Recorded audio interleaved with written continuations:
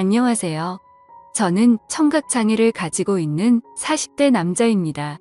지금 다시 돌이켜 생각해봐도 너무 가슴이 아픈 기억들입니다. 하지만 많은 사연들을 보다가 저도 많은 분들께 제 얘기를 해드리고 싶었고, 저도 얼마 전 10년 만에 알게 된 모든 사실을 꼭 누군가에게라도 말을 하고 싶었기에 이렇게 용기를 냈습니다. 정말 충격적일 수밖에 없는 제 사연 꼭 끝까지 읽어주시면 감사하겠습니다. 저는 어릴 때 추억을 떠올려 보면 참 하루하루가 힘들고 너무 벗어나고 싶었던 기억들만이 가득합니다. 비록 아버지께서는 많은 재산을 갖고 있으셨기에 생활에 있어서 돈이 부족하다거나 그런 건 전혀 없었죠. 하지만 어머니가 제가 어린 나이에 집을 나가면서부터 제 인생은 참으로 쉽지가 않았습니다. 평소와 다를 바 없는 어느 날 제가 초등학교 4학년이 되던 해였습니다. 아버지는 갑자기 저보다 2살이 어린 잘생긴 남자아이를 데리고 오더니 제 친동생이니 인사를 하라고 했습니다. 저는 어릴 때부터 많이 왜소했던 터라 그 아이는 저보다 키도 크고 체격도 훨씬 좋았었죠. 알고 봤더니 제 어머니는 아버지의 불륜 사실을 알고 나서 맞바람을 피시고 집을 나가셨던 겁니다. 별로 저에 대한 사랑도 크지 않으셨던 분이었기에 어머니는 열심히 살아라 라는 마지막 한마디를 남기시고는 훌쩍 떠나버리셨죠. 그리고 제 동생의 친어머니는 갑자기 암투병을 겪다가 돌아가시게 되었고, 홀로 남겨진 아이를 내버려 둘 수가 없어서 아버지는 저희 집으로 데리고 오셨던 겁니다. 동생은 처음부터 제게 적대심이 굉장히 심했습니다. 자신의 어머니가 돌아가신 게 제 아버지 탓이라고 늘 생각했었고, 그런 아버지의 밑에서 곱게 자라고 있었던 제가 절대로 좋을 리가 없었죠. 집에서도 학교에서도 동생은 아버지가 없을 때면 저에게 짓궂은 장난을 쳤습니다. 저보다 덩치가 훨씬 큰 동생은 2살이 많은 제게 반말을 내뱉는 건 기본이었습니다. 하지만 형이 되어가지고 아버지에게 이런 사실을 이르기에는 너무 창피했죠.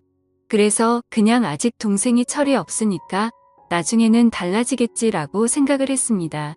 하지만 동생의 짓궂은 장난은 점점 도를 넘어서서 학교에서까지 그런 행동들이 생겨나더군요. 그래도 그때까지는 별거 아니라고 치부하고는 저는 참았습니다. 그런데 결국 그렇게 지내던 중 사건이 터지게 되었습니다. 제가 6학년이 되었을 때였습니다. 제 생애 처음으로 두군데는 감정을 느끼게 해준 여자가 나타났고, 그 당시 저는 그 여자를 아주 많이 짝사랑했습니다. 그래서 저는 그 친구와 가깝게 지내고 싶었고 집에서 편지를 쓰기 시작했죠. 몇 번을 지우고 쓰고 반복하다가 깜빡 잠이 들었습니다. 그런데 제 편지를 동생이 방에서 읽었나 보더라고요. 갑자기 동생은 낄낄 웃으며 너 연희 좋아하는구나. 네 주제도 모르고 고백을 하려고? 라고 하더군요. 그래서 저는 처음으로 동생에게 화를 냈습니다. 왜 함부로 내 편지 읽고 그러냐며 욕을 하고 뛰쳐나갔죠. 그날 이후로 며칠이 지났을 때였습니다. 학교를 마치고 집으로 가고 있는데 저 멀리서 제 동생이 연희의 손을 잡고 제가 있는 쪽으로 걸어오고 있더군요. 그러면서 동생은 저를 가리키며 우리 형인데 같은 반이라며? 라고 웃더라고요. 그때부터 저는 도저히 참을 수가 없었습니다. 눈물이 나는 걸 질끈 참고 집으로 뛰어갔습니다. 집에 가자마자 분노가 폭발해서 펑펑 울면서 눈에 보이는 동생의 물건을 모두 다 던졌고 옷도 가위로 마구 찢어버렸죠. 30분 정도가 지났을 무렵 동생도 집으로 들어오더니 제게 뛰어들었습니다. 신체적으로 제가 당연히 불리했지만 저도 눈이 돌아간 상태여서 동생의 멱살을 잡고 서로가 처음으로 몸싸움을 하게 된 날이었죠. 그런데 정말 뜻하지 않은 큰 사고 벌어지고 말았습니다. 서로 몸싸움을 하다가 저는 옆으로 넘어지면서 귀가 가구에 크게 부딪혔고 결국 응급실에 실려가는 일까지 생겨버렸습니다. 치료가 끝나고 저는 한쪽 귀가 들리지가 않아서 이상하다고 생각하고 있는데 아버지는 눈가가 촉촉해 있었고 의사 선생님은 조심스럽게 말했습니다. 너무 안타깝지만 한쪽 귀가 영구적으로 청력 손실이 되었다고 하더라고요. 아직 어린 나이에 평생 제 귀가 상했다는 소리를 듣자마자 너무 화가 났습니다. 구석에 있는 동생에게 욕을 해대면서 달려들었고 마구 때렸습니다. 그러자 동생은 네가 먼저 해놓고 왜 자기 보고 그러냐며 소리를 치더라고요. 그날 이후로 저는 한쪽 귀를 잃게 되었고 훗날 웃고 지낼 줄만 알았던 동생도 잃게 되었습니다. 학창 시절 내내 저는 귀가 잘 들리지 않아서 괴로운 생활을 보내게 되었습니다. 그런 엄마들은 고스란히 동생에게 갔죠. 집에서 얼굴을 마주쳐도 서로가 한마디도 하지 않았고 꿈에서 조차 나오면 욕을 하면서 깰 정도로 많이 증오했습니다. 그렇게 학창 시절을 겨우겨우 버텨냈습니다. 그리고 20살이 되자 맞아 저는 바로 독립을 하겠다고 아버지에게 말씀을 드렸고 예전보다 훨씬 마음 편하게 대학 생활도 즐기고 평범한 나날을 보냈습니다. 동생을 마주하지 않으니 다른 건 다 필요 없었고 마냥 행복했었죠. 그러다 제가 25살이 되던 해에 갑자기 병원에서 연락이 왔는데 충격적인 소식을 들려줬습니다. 지금 아버지께서 사고가 나셔서 마음의 준비를 하고 당장 오셔야 할 것 같다고 하더라고요. 저는 미친 듯이 울면서 곧바로 고향으로 내려갔습니다. 아버지께서는 의식이 없으신 상태셨고 동생은 군대에 가 있었던 상황이라 보이지가 않았습니다. 제발 아버지가 깨어나시길 간절히 바랬지만 결국 제 바람은 이루어지지가 않았죠. 아버님은 그렇게 제 곁을 떠나시게 되었고 제게는 가족이라고는 서류상으로 있는 형식적인 동생만 존재할 뿐 사실상 제 곁에는 아무도 없어지게 되었습니다. 그렇게 장례를 치르고 있는데 변호사분이 찾아와서 제게 유산에 관련한 걸 안내해 주더군요. 아버지는 제게 미안한 마음이 크셨는지 본인 재산의 90%를 제게 상속하셨고 10%는 동생에게 남긴다는 내용이었습니다. 그리고 제 의지에 따라서 재산을 더 분배할 수가 있다고 되어 있었죠.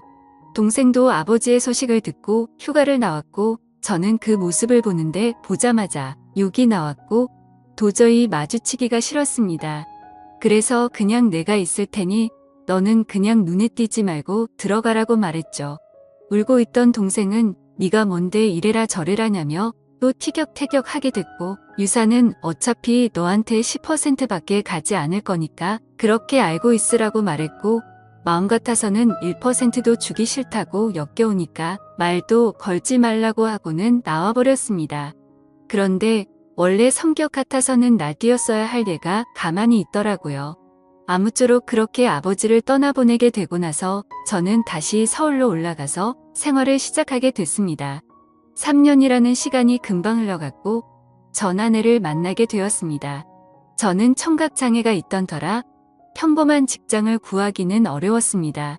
하지만 아버지께서 남겨주신 재산이 있었기에 저축만 해두고 살아도 충분해서 간단한 재테크들만 할 뿐 별다른 일을 하지 않고 지냈었죠. 그런데 어느 날 자주 가던 부동산에서 중개업자분이 저보고 결혼을 해야 할 때 되지 않았냐고 하더니 소개를 시켜준다고 하더라고요. 자신이 아는 분의 딸인데 지금 스튜어디스를 하고 있고 얼굴도 예쁘고 착하다면서 저를 설득했죠. 하지만 저는 여자가 너무 두려웠습니다.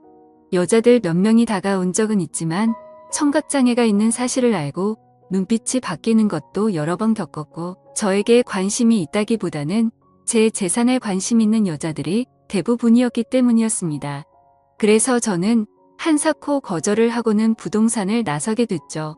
그로부터 며칠 뒤에 저는 은행 업무를 보고 집으로 들어가던 길이었습니다. 근데 저 멀리서 부동산 중개업자분이 어떤 여성분이랑 같이 서 있더군요. 복장을 보니 스튜어디스의 캐리어를 끌고 있었고 저는 저 여자분을 소개시켜 주려고 했었던 건가 했습니다. 가까이 다가가서 인사를 하는데 얼굴을 보자마자 저는 정말 첫눈에 반해버렸습니다. 너무 예쁜 외모에 뭔가 전문적인 복장을 입고 제게 방긋 웃는데 그 모습에 푹 빠진 거죠. 그래서 저는 너무 설레는 마음에 부끄럽게 인사를 하고는 도망치듯 금방 집으로 들어가 버렸고요. 그런데 제 자신도 모르게 자꾸만 그녀의 모습이 떠오르더라고요. 조금만 있으면 괜찮겠지 하는 마음으로 며칠 동안을 참으며 보냈지만 도저히 참지 못하겠더라고요. 저는 곧바로 그 부동산으로 향했고 중개업자분에게 소개를 받겠다고 말을 했습니다. 근데 중개업자는 갑자기 웃더니 그러게 진작 소개받으라니까 벌써 다른 남자랑 소개받았다고 하더라고요. 그래서 저는 제 자신을 한탄하면서 알겠습니다 하고 돌아서려는데 일단 여자분한테 한번 물어나 볼게요 라고 해서 저는 금세 기분이 좋아졌습니다. 그렇게 다행히도 여자분은 소개받은 남자와 잘 안 됐다며 소개를 받아보겠다고 했다고 하더라고요. 며칠 뒤 소개를 받기로 한 날 저는 처음으로 미용실도 가고 명품 옷도 사서 최대한 저를 깔끔하게 꾸미고 약속 장소로 나갔습니다. 그녀도 약속 시간에 맞춰서 나오게 되었고 활짝 웃으며 제게 인사를 하는데 평상복을 입어도 너무 아름다웠기에 저는 눈을 떼지를 못했습니다. 나이는 저와 동갑이었고 결혼 정년기가 되어서 빨리 결혼을 하고 싶어서 마음에 맞는 사람을 찾고 있다고 하더군요. 저는 최대한 그녀의 발언에 뭐든지 수긍을 하면서 호감을 사려고 노력했습니다. 그런데 다른 사람들과는 달라서 더욱 마음에 들었습니다. 제가 청각장애가 있다는 사실에도 놀라지 않았고 재산이 이 정도 된다고 해도 그렇구나 하면서 별로 놀라지를 않더라고요. 그래서 무력도 없고 사람을 편견하지 않는구나 싶어서 저는 더욱 빠지게 되었습니다. 결국 저의 적극적인 대시에 그녀와 저는 연인이 되었죠. 결혼을 전제로 만나다 보니 주로 하는 이야기가 미래에 대한 이야기였죠. 그녀는 어떤 곳에서 어떻게 살고 싶다부터 시작해서 결혼을 하더라도 스튜어디스는 계속해서 하고 싶다고 하더군요. 저는 뭔들 다 좋았습니다. 그녀만 저와 함께 할 수 있다면 제 모든 걸 다 바칠 준비가 되어 있었죠. 그렇게 저희는 연애를 시작한 지 6개월도 되지 않아서 곧바로 결혼을 하게 되었습니다. 결혼을 한 뒤로 6개월간은 그 누구도 부럽지 않게 많이 행복했습니다. 그런데 제가 알던 제 아내는 어느 순간부터 다른 사람처럼 점점 변해가더라고요. 쉬는 날에는 백화점에 가서 1,000만 원이 넘게 쓰는 게 일상이었고 새벽 늦게까지 연락이 안 되는 건 기본이더라고요. 저도 그때는 정신이 나갔었던 것 같습니다. 그렇게 하는데도 저는 다 좋았고 불만이 크게 없었거든요. 그런데 결혼 1년차 때부터는 제 아내는 저를 벌레 보듯이 무시를 하기 시작했고 잦은 비행으로 출장을 가면 연락이 안 되는 건 너무 당연하다는 듯이 반복됐습니다. 심지어 우연치 않게 휴대폰을 보니 출장 가서 다른 남자들과 사진 찍은 것도 봤지만 그냥 용서를 해주고 넘어갔습니다. 하지만 그렇게 몇 번을 더 바람을 피더니 나중에는 대놓고 남자친구가 생겼다고 그런 말들을 당당하게 하더라고요. 저는 그때 당시에는 아무 말도 하지 못했습니다. 너무나도 사랑했던 탓에 이미 제 사고방식은 정상적인 작동이 불가능했죠. 그냥 그렇게 밖에서 놀고 다녀도 항상 집에는 들어오니깐 이런 말도 안 되는 생각을 갖고 살았습니다. 그리고 바람피는 모습이 제 눈에만 안 보이면 어느 정도 참을 수 있다라고 생각을 하고 버텼습니다. 그런데 어느 날 저는 정말 너무나도 충격적인 모습을 보고야 말았습니다. 제가 사업과 관련해서 미팅이 있어서 호텔 로비에서 커피를 마시고 있었습니다. 그런데 익숙한 모습의 여성이 보이더군요. 바로 제 아내였습니다. 말로만 들었지 실제로 저렇게 호텔을 드나드는 걸 보니 너무 화가 나더군요. 그리고 더 충격적인 건 옆에 있던 남자였습니다. 아버지가 돌아가신 뒤로 단 한 번도 연락하지 않았던 바로 제 친동생이었습니다. 그때 문득 생각이 들었습니다. 재산을 조금 받고도 조용했던 이유가 저렇게 내 재산을 노리고 접근하려고 했던 거구나 생각했죠.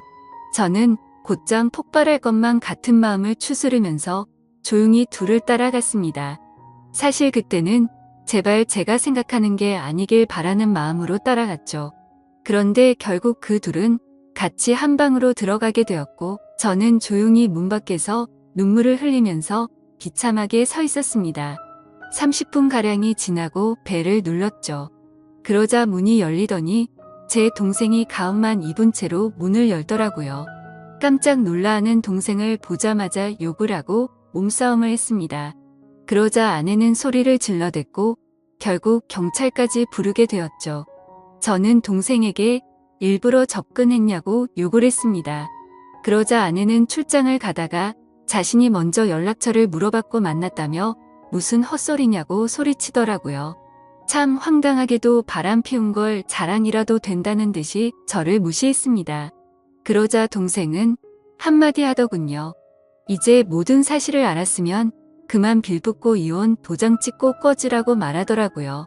그러자 아내는 옆에서 비웃으면서 이제는 도저히 같이 못 살겠다며 말하는데 정말 가슴이 무너져 내리는 것 같아서 소리내서 펑펑 울었습니다.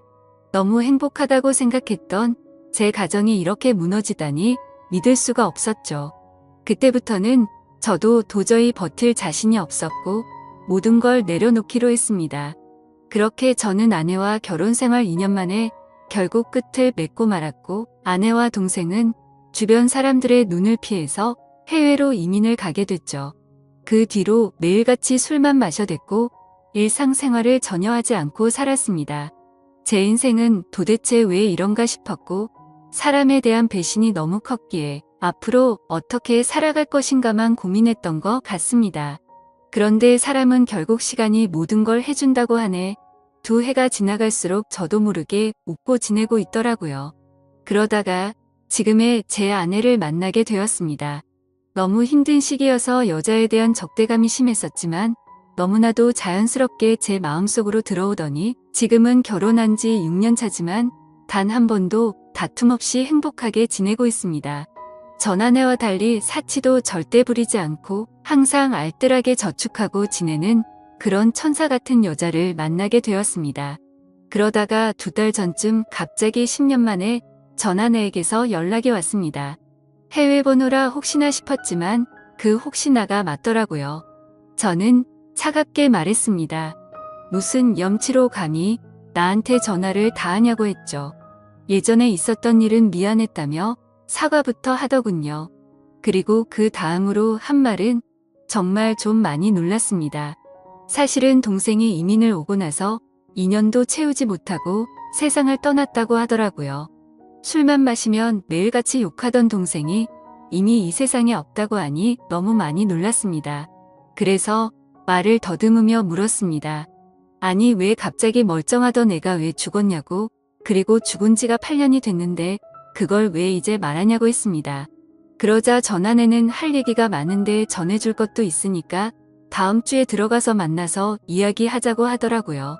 그렇게 일주일이 흐르고 난 뒤 저는 전 아내와 만나게 되었습니다. 물론 제 아내에게는 예전에 있었던 일도 다 말해줬었고 동생의 소식을 말해주면서 만나고 온다고 미리 말했는데 오히려 저를 위로해주면서 조심히 다녀오라고 했죠. 저는 단도직입적으로 물었습니다. 도대체 어떻게 된 건지 말을 해달라고 했습니다. 그러자 전 아내는 갑자기 눈물을 흘리면서 사과부터 하더라고요. 내가 정말 주고 마땅한 사람인데 너무 미안하다며. 사실은 그때 당시 소개를 시켜줬던 부동산 중개업자와 전 아내는 둘이 만나고 있었던 사이였답니다. 제 재산을 알고 의도적으로 접근을 했었고 그 덕분에 결혼을 하고 나서 제 돈을 흥청망청 쓰면서 몰래 비자금도 많이 빼돌렸다고 하더군요. 그리고서는 말했습니다. 사실 당신 동생을 많이 원망하고 있을 것 같은데 정말 이렇게 계속 살다가는 자신이 미쳐버릴 것 같다면서 용기를 냈다고 하더라고요. 동생과 전 아내는 불륜 사이가 맞았답니다. 물론 그건 전 아내만의 생각이었다고 했죠. 동생은 전 아내와 이민을 가고 나서 곧장 모든 사실을 밝혔답니다. 사실은 암에 걸려서 회복이 불가능한 상태였고 당신을 형 옆에서 떼어내려고 했다고 말했답니다. 그런데 전 아내는 이미 제 동생에게 많이 빠져 있어서 동생이 떠나는 날까지 옆에서 있었다더군요. 그리고는 제게 노트를 건넸습니다. 사실 동생은 절대로 이 비밀을 제게 말하지 말라고 해서 평생 말하지 않으려고 했답니다. 그런데 얼마 전에 한국으로 다시 돌아오려고 짐을 정리하다가 이 노트를 발견했고 내가 이 말을 안 하면 마음에 죄책감이 들어서 절대로 인간으로서 살아갈 자신이 없다면서 주더라고요.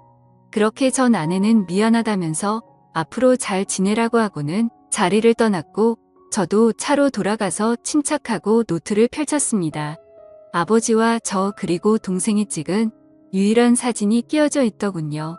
일기는 매일같이 쓰지는 않았고 동생의 어머니가 돌아가신 이후로 특별한 날들마다 쓴 것 같았습니다.